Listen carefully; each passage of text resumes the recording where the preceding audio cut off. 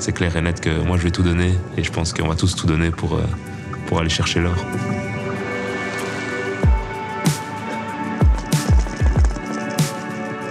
Salut, c'est Nelson Onana, je suis joueur de hockey pour les Red Lions. J'ai commencé en fait à jouer au football beaucoup et au floorball quand j'étais plus jeune en Suède. Je pense que le floorball a induit un peu le fait que mes parents m'ont poussé vers le hockey. Quand j'ai commencé, déjà je courais beaucoup plus vite que les autres, je jouais déjà un peu, on va dire, à un bon niveau quand j'étais petit.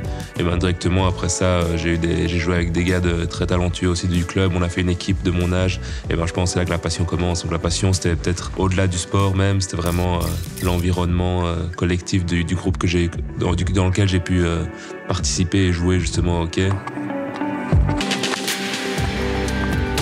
Non, aucun regret d'avoir choisi le hockey par rapport au foot ou au floorball. Je pense que ce que j'adore avec le hockey, justement, c'est ce côté...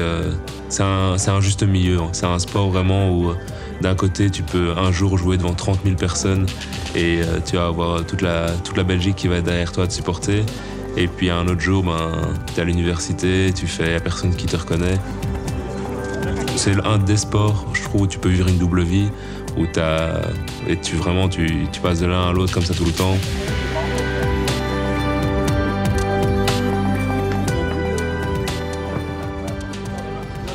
Ça fait déjà 5-6 ans que je fais des études de médecine en même temps que je combine le hockey, on va dire. Donc pour le moment, le hockey prend la majeure partie de mon temps, mais sur le côté, je continue vraiment à étudier de manière assez sérieuse pour la médecine et pour devenir médecin plus tard. Et je dis toujours, une main lave l'autre. C'est un peu de dire que quand ça va pas trop dans le hockey, parfois ça fait du bien aussi de se retrouver dans la médecine et d'avoir un secteur complètement différent. Et quand ça va pas trop en médecine et que c'est difficile, tu retournes au hockey et tu te dis, en fait, je m'amuse bien au hockey.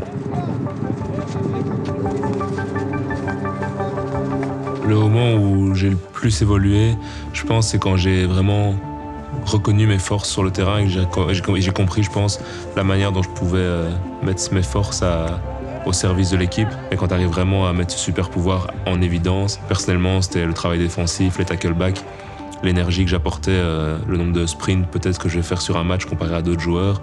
Et cette énergie-là, je pense, c'est ça où les gens ont vraiment fait « waouh, il a un truc, lui ».